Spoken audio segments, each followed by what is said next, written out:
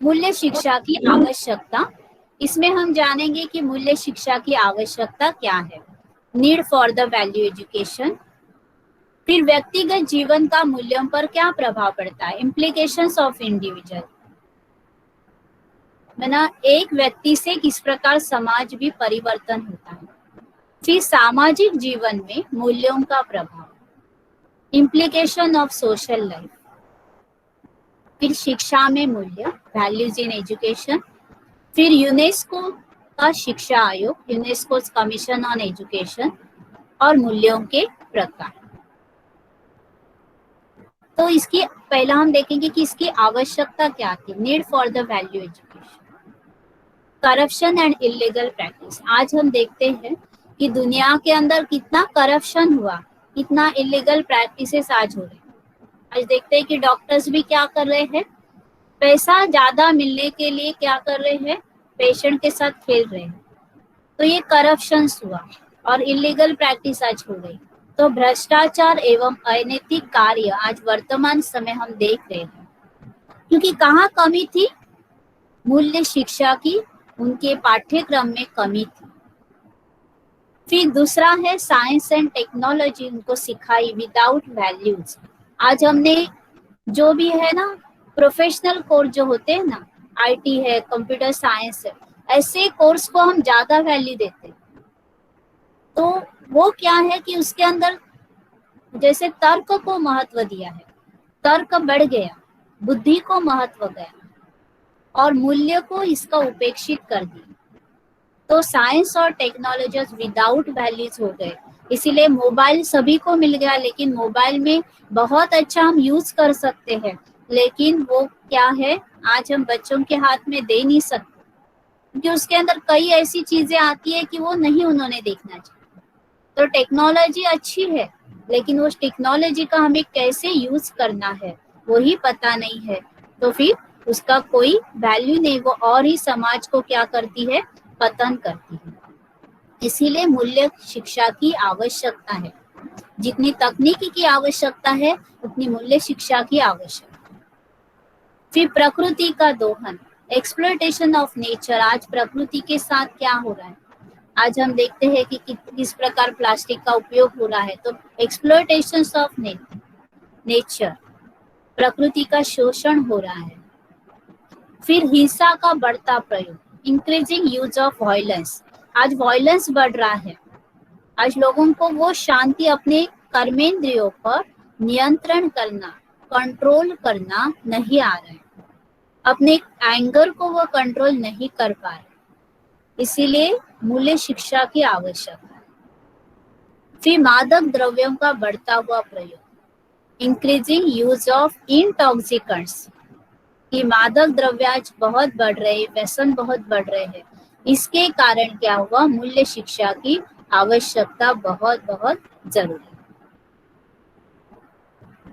फिर व्यक्तिगत जीवन में मूल्यों का प्रभाव क्या है, इम्प्लीकेशंस ऑफ इंडिविजुअल। ऐसे कहा कि कर्मों की गति ध्वनि से शब्दों की गति जो है वो अधिक तेज होती है। कई बार हम कहते हैं कि कोई भी बात हो ना, हम कहकर नहीं किसी को बदल नहीं सकते, लेकिन हमें देखकर लोग बदल सकते। जो अपने ब्रह्मा कुमारी के ब्रह्मा बाबा थे, तो उन्होंने कभी डायरेक्ट ज्ञान नहीं सुनाए, उन्होंने अपने कर्म के द्वारा ज्ञान सुनाए। क्योंकि कर्म की ध्वनि जो होती है वो शब्दों से अधिक तेज होती है। वरना शब्द के द्वारा हम किसी को परिवर्तन करेंगे, लेकिन उसका स्पीड कम रहेगा। लेकिन किसी को व्यक्ति का व्यक्तित्व देखकर, पर्सनालिटी देखकर अगर हम परिवर्तन होते तो वो स्पीड फास्ट होती। देखो, जो कुछ भी लोग देखते हैं उसको आसानी से नकल कर लेते हैं, लेकिन जब हम सुनी हुई बात है, लिखी हुई बात है, तो उसका हम ध्यान नहीं देते। आज लोग टीवी देखना पसंद करते हैं, रेडियो सुनना कोई पसंद नहीं करते। तो वैसे लोग भी व्यक्ति को देखना पसंद करते हैं, न कि उस व्यक्ति ने कही भी बात को या उसका ज्ञान सुनना पसंद। कहते हैं ना कि आपके बोल कितने भी महान हो, लेकिन आप अपने कर्तव्य के द्वारा अर्थात कर्म के द्वारा ही पहचाने जाओ। भले आप कितना भी अच्छा ज्ञान सुनाते हो, लेकिन जब कर्म की बात आती है, आप उस समय किस प्रकार व्यवहार करते हो, उससे ही लोग आपको सम्मान करें। किसी शिक्षक एवं गुरु के जीवन में व्यवहारिक आचरण विद्यार्थी के जीवन पर गहरा प्रभाव डालती है। कोई टीचर है, वो टीचर जब बच्चों को पढ़ाता है तो बच्चे उसको देखते और सीखते हैं। अगर वो बच्चा टीचर एकदम जोर से उसे गुस्सा कर कर उसको क्या कर रही, डांट रही है और कह रही कि चुप बैठ, तो नहीं बैठेगा, क्योंकि टीचर ही क्या कर रही, खुद अशांत है। तो शिक्षक को पहले अपने आप को परिवर्तन करना पड़ेगा, आपके अंदर इतने अच्छे संस्कार लाने पड़ेंगे, उसके कारण वो विद्यार्थी को भी लगेगा कि उसके मन में रिस्पेक्ट होगा या प्रेम होगा, और फिर वो उसका आचरण करे। तो व्यक्ति को देखकर परिवर्तन होता है। ऐसे कई इतिहास के अंदर मिसाल होंगे कि लोगों ने उनका जीवन देखकर अपने जीवन में परिवर्तन लाया। आप में से कोई ऐसा बता सकते हैं कि ऐसे दुनिया में कौन से व्यक्ति होकर गए, लोगों ने उनको देखा और फिर उन्होंने अपने आप को चेंज कर दिया? मैम महात्मा गांधी जी। महात्मा गांधी थे। Very good. और कोई है एग्जाम्पल कि जिनको हमने देखा कि हाँ ये व्यक्ति विवेकानंद, विवेकानंद, स्वामी विवेकानंद जी। आनंद थे। Very good. और कोई है?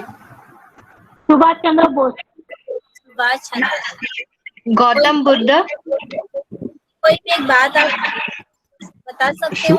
शिवाजी, छत्रपति शिवाजी महाराज। अभी आप मुझे बताओ कि कोई भी एक बात बताना। अभी आपने क्या किया, उस व्यक्ति का नाम बताया, उस व्यक्ति की आप बात बताओ। स्वराज्य के लिए छत्रपति शिवाजी महाराज के पीछे बहुत लोग चले गए। स्वराज्य के लिए, राज्य करने के लिए उन्होंने बहुत लोग, है ना, बहुत मेहनत की, ये बात थी। तो ऐसे क्या है कि एक व्यक्ति को देखकर लोग क्या होते हैं, परिवर्तन होते हैं। महात्मा गांधी का अहिंसा धर्म था। तो कितने लोग उनके कारण अहिंसावादी बन गए? महात्मा गांधी जी ने जो स्वदेशी अपनाओ ये किया था, उससे बहुत लोगों ने स्वदेशी का स्वीकार किया, स्वदेशी चीजें अपनाओ। तो ये क्या हुआ कि व्यक्तिगत जीवन, एक इंडिविजुअल व्यक्ति उस मूल्यों का प्रभाव कितना डाल सकता है समाज के ऊपर, ये हमने देखा। तो ये हमें करते हैं, अपने व्यक्तिगत जीवन, अपने पर्सनल जीवन से समाज के अंदर उस मूल्यों का प्रभाव। जैसे गांधी वर्ड करने से भी अहिंसा मूल्य दिखाई देता है। तो ये इस व्यक्तिगत जीवन की वो पर्सनालिटी थी, उसने मूल्यों का प्रभाव समाज पर। देखेंगे किस म्यूट कर देना अपने आप को।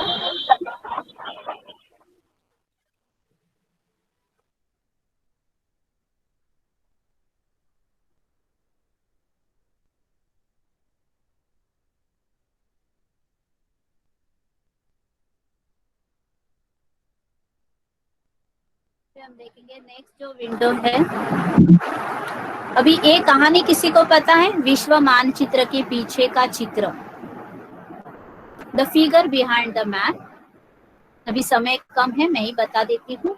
एक उस आपकी किताब के अंदर है कि एक पिताजी थे, वो पिताजी थे और वो बहुत व्यस्त थे, उनका ऑफिस में काम करता था। किसी का भी आवाज अनम्यूट कर देना, म्यूट कर देना। तो वो व्यक्ति जो था, फादर थे वो, तो बहुत बिजी थे अपने काम में, बहुत उनको ऑफिस का काम था, और बच्चा बार बार उनको कुछ ना कुछ पूछता था और परेशान करता।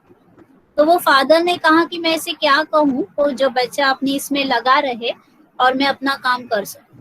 तो वो क्या करता है, वहाँ एक मैप होता है, वर्ल्ड का मैप होता है। तो वर्ल्ड का मैप वो लेता है, उसको फाड़ता है, tear it and give it to that child, और वो क्या करता है, अपने बच्चे को देता है, और वो बच्चे को कहता है कि इसके अंदर एक ग्लोब है, विश्व है, उसका जो मैप है, उस मैप को तू मुझे ज्वाइन करके बता दे। वो फादर बहुत खुश होता है, बोलता है अभी ये बच्चा लगा रहेगा ये काम करने में और मैं अपना काम कर सकता हूँ।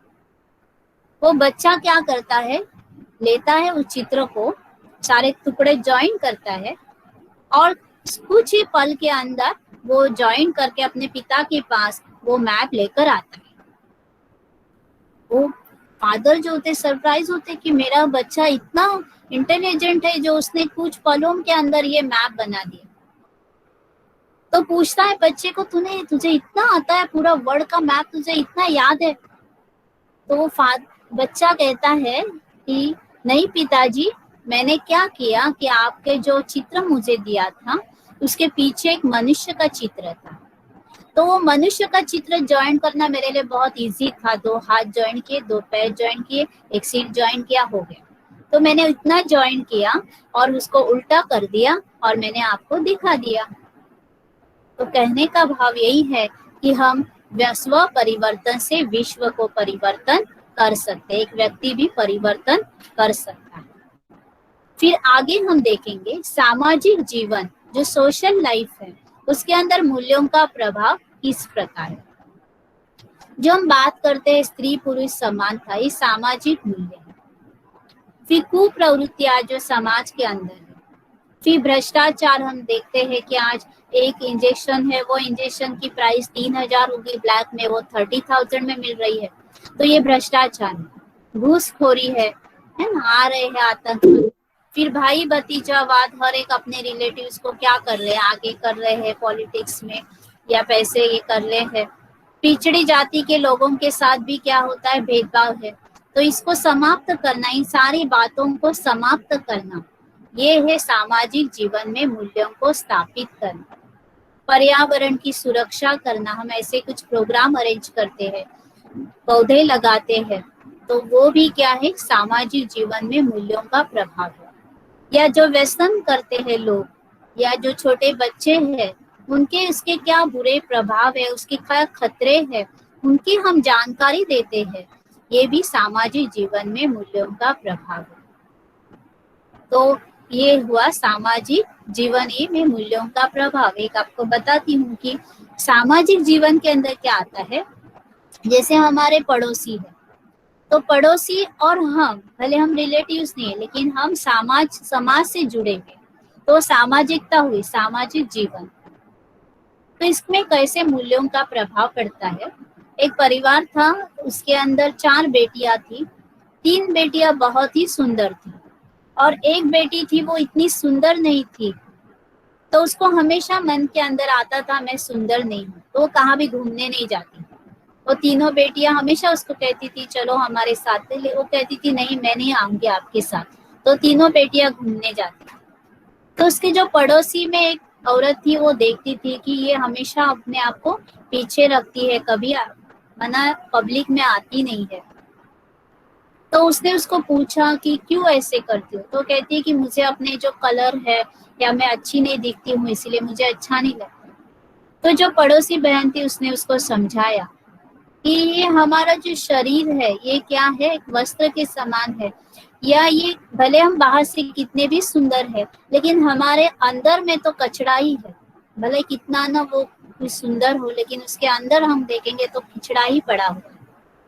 हमारी सच्ची सुंदरता जो है हमारा स्वभाव है, हमारे गुण है, और आप कितने उस गुणों में है कि आप सभी लोग आपको प्यार करते हो, क्योंकि आप सभी का सम्मान करते हो, आप सभी को सहयोग देते हैं। जब भी आपकी बात आती, किसी को मदद करना होता है तो आप करते हो। और वो बहुत अच्छा गाती थी, तो आप कितना अच्छा गाते हो, तो आप इस बात को लेकर आगे चलो, आप अपना जो कला है उसको दुनिया के सामने लाओ। और ऐसे करके उसने काउंसलिंग किया, और फिर वो बहन जो थी अपने आप को इंफीरियर कॉम्प्लेक्स था उसका चेंज हो गया, वो सुपेरियर माना अच्छा इसमें आई, और वो दुनिया के बहुत बड़ी आगे बढ़ गई। तो देखो वो जो ये हुआ समाज में जीवन में मूल्यों का प्रभाव, ये हुआ कि उस पड़ोसी व्यक्ति ने समाज के अंदर मूल्य स्थापित किया। उसने अपनी पड़ोसी बहन को काउंसलिंग करके उसको सहयोग दिया, जीवन जीने का तरीका सिखाया, जीवन के प्रति प्रेम करना सिखाया। तो ये क्या हुआ, सामाजिक मूल्य। तो ये सारी बातों को समाज की जो भी इश्यूज है, समानता या कुप्रवृत्ति है, भ्रष्टाचार है, भाई भतीजावाद है, इस समाज से हमें इन बातों को निकालना है। पर्यावरण के प्रति जागरूक करना है, व्यसनों के प्रति अगर है उसकी जानकारी देना। फिर शिक्षा में मूल्य, वैल्यूज इन एजुकेशन। मूल्यों के बिना कोई भी शैक्षणिक संस्था वो अपना अस्तित्व कायम नहीं रख सकती।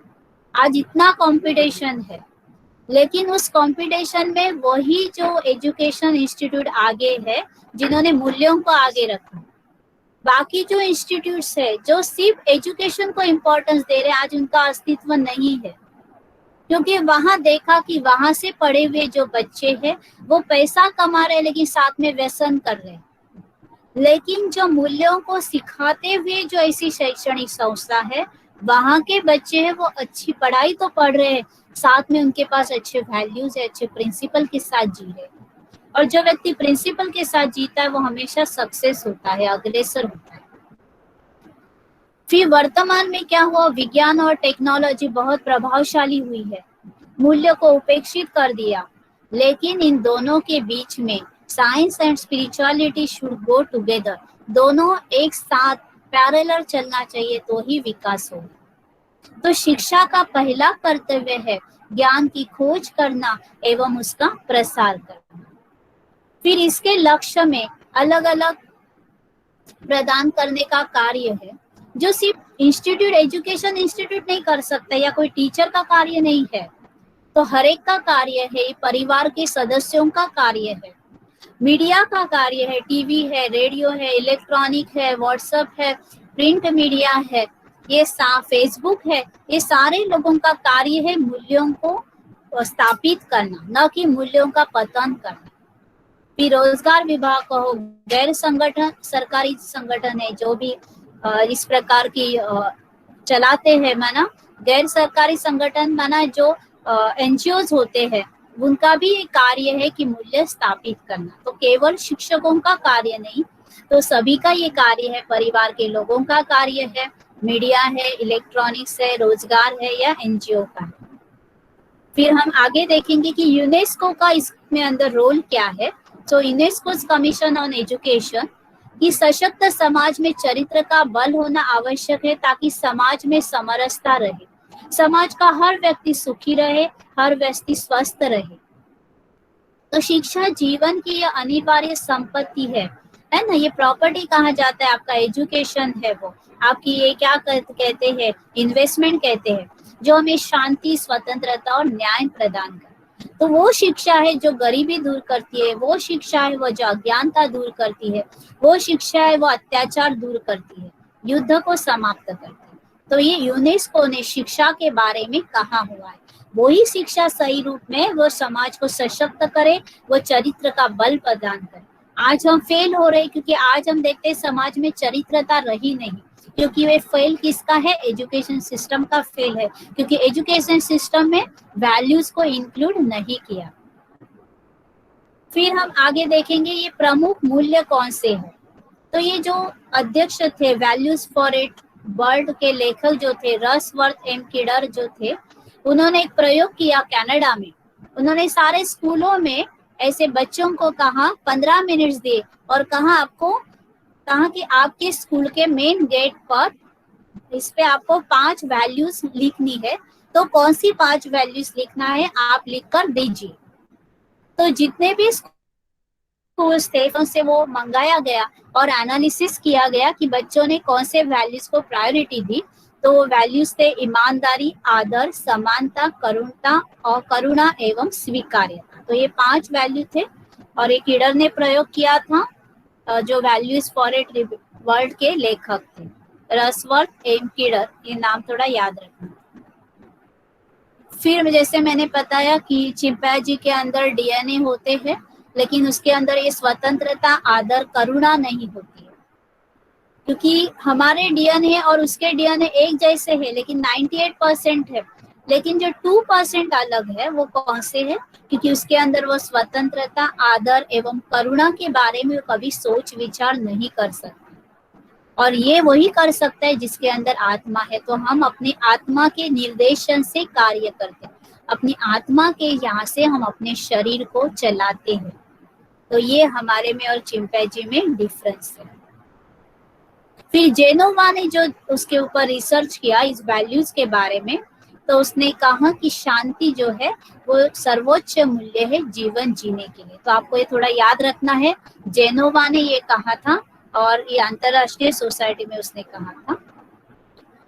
ये मूल्य जो है वैश्विक मूल्यों को पाठ्य पुस्तकों, नीतियों आदि में लागू किया जाता है, तब ये मूल्य शिक्षकों के हृदय में बसने लगते हैं और छात्रों के जीवन में इसका उदय होता है।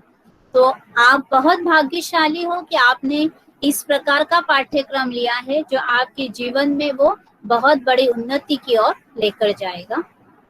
फिर जो बाल अधिकार दिए हैं, चिल्ड्रन राइट्स जिसको कहते हैं, ये धारा 29, ये 29 नंबर याद रखो, और नवंबर 1989 के अंदर ये कहा था कि सर्व शिक्षा अभियान, हर बच्चे को प्राथमिक शिक्षा तो मिलनी ही चाहिए और वो निःशुल्क मिलनी चाहिए, ये यहाँ इस पर कहा है। तो ये बाल अधिकारों के ऊपर करना। फिर जो शिक्षा मंत्रालय है, इसने पंचवार्षिक योजना बनाई। तो 1950 से लेकर शिक्षा मंत्रालय ने इस प्रकार की पंचवार्षिक योजना बनाई और गरीब लोगों के लिए शिक्षा सुलभ बनाने का लक्ष्य निर्धारित किया। तो केरल ने इसके अंदर बहुत अच्छी ये दिखाई कि उसने 100% लोगों को उन्होंने शिक्षित कर दिया, इसीलिए संयुक्त राष्ट्र ने उनको क्या दिया, प्रमाण पत्र दिया। तो ये गवर्नमेंट के यहाँ से क्या उसके लिए लिए गए, ये अभी हमने देखा कि किस प्रकार संयुक्त राष्ट्र संघ ने किया, किस प्रकार पंचवार्षिक योजना के अंदर हुआ। तो हर एक ने शिक्षा के महत्व को जाना है, ये हमने देखा। अभी हम बात करेंगे मूल्यों के प्रकार।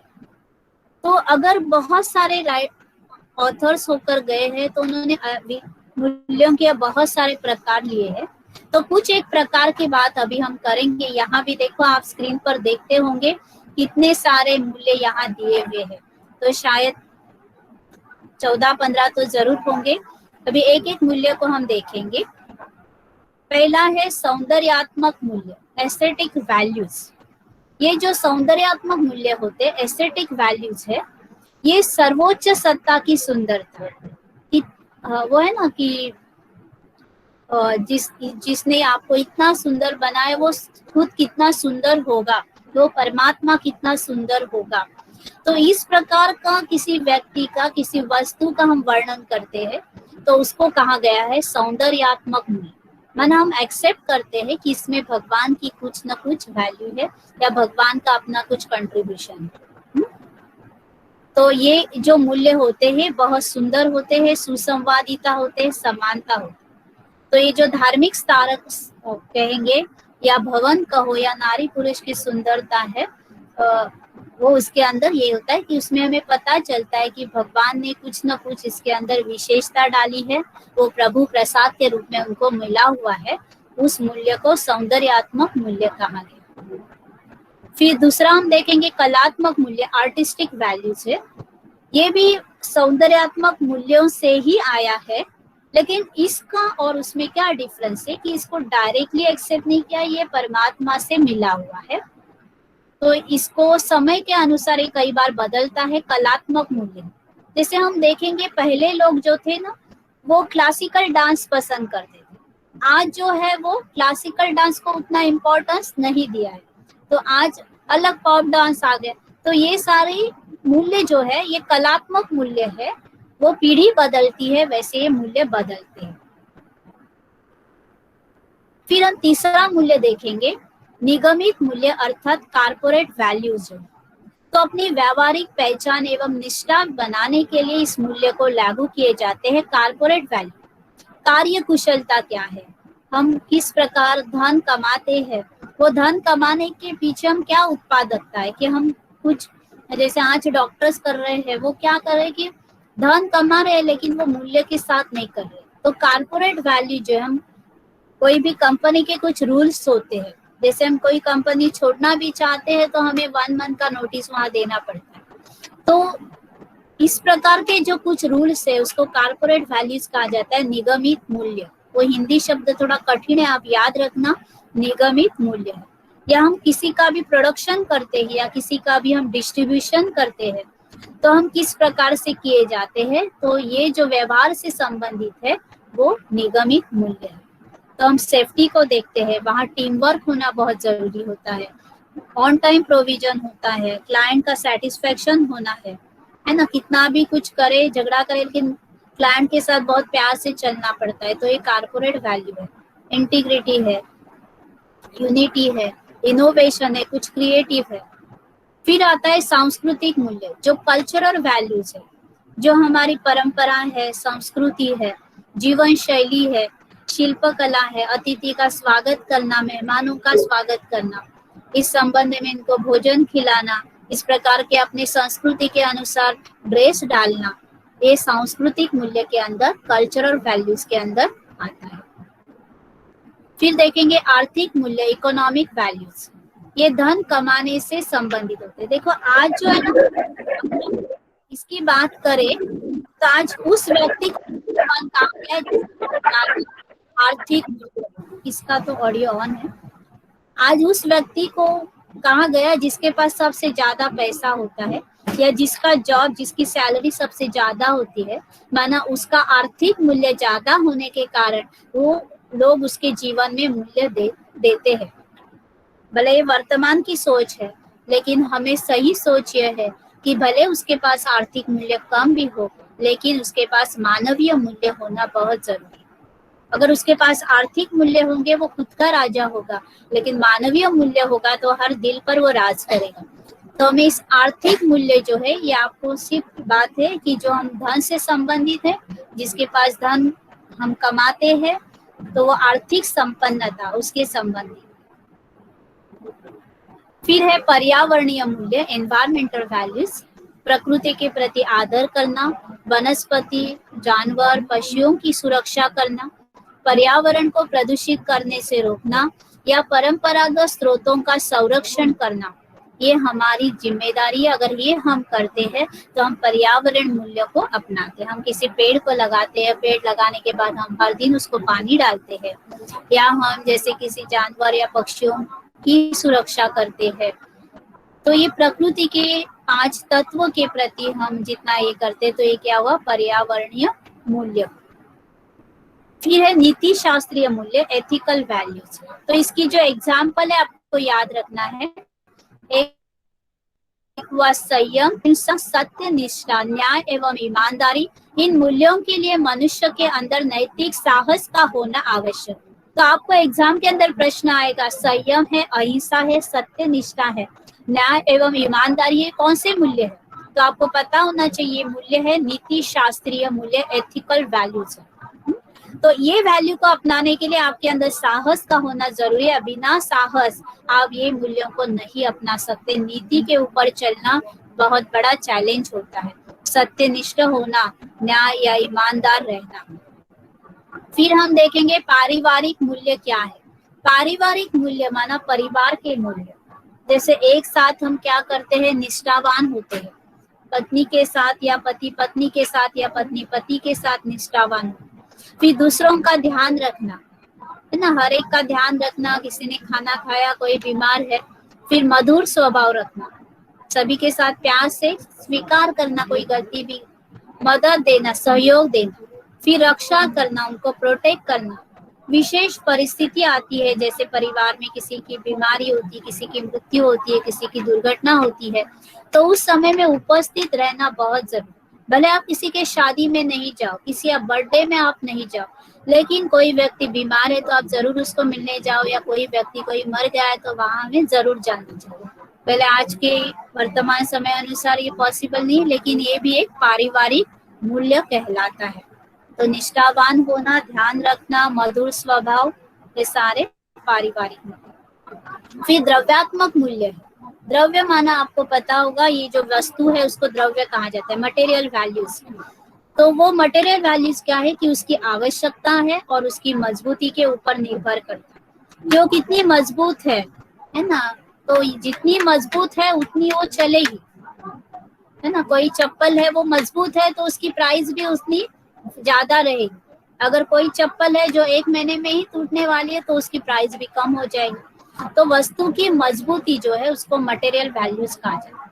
तो सिर्फ मजबूती भी नहीं है, तो साथ में उसकी आवश्यकता को ध्यान में रखना है। जैसे डायमंड है और ये क्या है, पानी है। अगर कोई रेगिस्तान में गया, उसको प्यास लगी, तो उसको डायमंड भी दिया ना तो चलेगा, वो डायमंड फेंक देगा, बोलेगा मुझे पानी की बोतल दो, क्योंकि वो रेगिस्तान में उसको प्यास लगी है, उसके लिए पानी, उसकी वैल्यू बहुत महत्वपूर्ण है। तो द्रव्य की वैल्यू उसकी आवश्यकता के ऊपर भी निर्भर करती है। तो ये हुआ द्रव्यात्मक माना उस वस्तु की वैल्यू। फिर हम देखेंगे गणितीय वैल्यू या मैथमेटिकल वैल्यूज। मैथमेटिकल वैल्यूज क्या होती है, जैसे एनालिसिस करते हैं, टेबल करते हैं कि ये बहुत अच्छा है या ये है, ये 60% है। अभी हम देखते हैं ना कि कोरोना में भी वो रिसर्च आता है कि इतने परसेंट लोग ठीक हो गए, इतने परसेंट ये हो गए, तो ये हो गए मैथमेटिकल वैल्यू। तो प्रश्न ऐसा आता है कि प्रतिशत और सारणी कौन से मूल्य के अंदर आते हैं। प्रतिशत माना परसेंटेज और सारणी माना एनालिसिस टेबल्स। तो टेबल और परसेंटेज कौन से मूल्य के अंदर आते हैं, तो आपको आंसर लिखना है मैथमेटिकल वैल्यूज के अंदर आते हैं। तो ये गणित के द्वारा सिद्ध किए जाते हैं। परसेंटेज के नैतिक मूल्य अर्थात मॉरल वैल्यू। मॉरल शब्द जो है वो लैटिन भाषा का है, वो मोरेस से उत्पन्न है। मोरेस का अर्थ क्या है कि व्यवहार के स्वीकृत तरीके अथवा चलन। मॉरल वैल्यूज ये शब्द कहाँ से आया, मोरल शब्द से आया, जो मोरेस से उत्पन्न हो। और मोरेस का अर्थ है व्यवहार के स्वीकृत जो तरीके हैं अथवा जो चलन है। तो उसे लिए उचित अनुचित व्यवहार जो होता है, चरित्र की अच्छाई बुराई, है ना। तो जैसे आज होता है ना कि पति पत्नी और वो, तो क्या है चरित्र की अच्छाई बुराई, तो वहाँ वैल्यूज का विघटन हुआ। विश्वास होना चाहिए, सादगी, पवित्रता, अहिंसा, ईमानदारी, विनम्रता। तो ये कौन से वैल्यूज है, नैतिक वैल्यूज है, जो हमारी नैतिकता को बढ़ाते हैं। फिर हम देखेंगे आगे जो है राजनीतिक मूल्य, पॉलिटिकल वैल्यू, जो आज हमें बोलने की स्वतंत्रता है। हम वो जो चाहिए हर एक को बोलने का अधिकार मिला है। तो इस प्रकार लॉ के द्वारा जो हमें अधिकार मिलते हैं, धार्मिक स्वतंत्रता, हम अपने धार्मिक जो भी प्रोग्राम कर सकते हैं या धर्म के अंदर ले सकते, कोई भी धर्म अपना सकते हैं, हम मत दे सकते हैं, या न्यायालय के अंदर हम जा सकते हैं। अगर कोई बात हमें अच्छी नहीं लगी तो हम कोर्ट में जा सकते हैं। तो ये सारे राजनीतिक मूल्य है, बोलने की स्वतंत्रता, धार्मिक स्वतंत्रता, मताधिकार और न्यायालय में स्वयं की शिक्षा का अधिकार। फिर हम देखेंगे व्यावसायिक मूल्य, प्रोफेशनल वैल्यूज। तो ये समयबद्ध, संवाद की कुशलता, पूर्णता, उत्पाद की गुणवत्ता, व्यवहार की शुद्धता, ये क्या है, व्यावसायिक मूल्य। प्रोफेशनल में भी हमें कुछ होते हैं, जैसे हम टाइम पर पहुंचना, ये बहुत बड़ी प्रोफेशनल वैल्यूज है। बिजनेसमैन होते हैं, उसके ओनर होते हैं, ये भी वो टाइम पर जाते हैं, उनको कोई पूछने वाला बॉस नहीं होता है कि आप इतने लेट क्यों आए। लेकिन वो प्रोफेशनल वैल्यूज में पक्के होते हैं, समयबद्धता होती है। भले रात में 2 बजे सोए, लेकिन सुबह 9 बजे वो ऑफिस में मिलेंगे। तो प्रोफेशनल वैल्यूज है, व्यावसायिक मूल्य, कार्य कुशलता, वो कार्य ऐसे करेंगे, ऐसे नहीं कि कुछ भी किया, कार्य हो गया, अपना काम कर दिया, नहीं, वो उनके अंदर कार्य के अंदर कुशलता होगी, संवाद की स्पष्टता होगी, बहुत ट्रांसपेरेंट होंगे वो, या जैसे किसी को क्लाइंट को भी बहुत अच्छी तरह से वो कन्विंस कर सकते हैं। उत्पादक की गुणवत्ता होगी, व्यवहार की शुद्धता होगी, ये बहुत शुद्धता से व्यवहार करेंगे, किसी को ठगेंगे नहीं, विश्वसनीयता होगी। तो ये प्रोफेशनल वैल्यूज है। फिर हम देखेंगे धार्मिक वैल्यूज, रिलीजियस वैल्यूज, जो धर्म के प्रति आदर करना, विश्वास करना, धार्मिक ग्रंथों ने जिन मूल्यों का समर्थन किया, उससे जो धार्मिक कानून बने हैं। देखो हम देखते हैं कि हिंदू धर्म का कानून अलग होता है, अगर क्रिश्चियन धर्म है तो उनका कानून अलग होता है ना। तो धार्मिक मूल्य के आधार पर भी धार्मिक कानून बनते हैं। जैसे अगर पत्नी कोई क्रिश्चियन होगी और पति हिंदू होगा तो भी क्या होता है, उनके लिए कानून अलग दिए जाते हैं। फिर नेक्स्ट है सामाजिक मूल्य, जो है सोशल वैल्यूज क्या है, तो समूह की सुरक्षा करना एवं देखरेख करना। जैसे आपको एग्जाम्पल बताया कि पड़ोसी ने कैसे उस लड़की को परिवर्तन किया, तो ये अच्छा नागरिक बनने की प्रेरणा देना, अच्छे रिवाजों को जारी रखना, सामाजिक व्यवस्था अच्छी रखना, ये बहुत बड़ी बात है कि सामाजिक मूल्य है, समाज का स्वस्थ रखना, समाज को स्वस्थता देना। है ना, मोटिवेट करना, उनको प्रेरणा देना, उनको साहस देना, उनको हिम्मत देना, उनकी रक्षा करना, ये बहुत बहुत जरूरी है। तो इस तरह से हमने मूल्य देखे। हाँ, थैंक यू, धन्यवाद।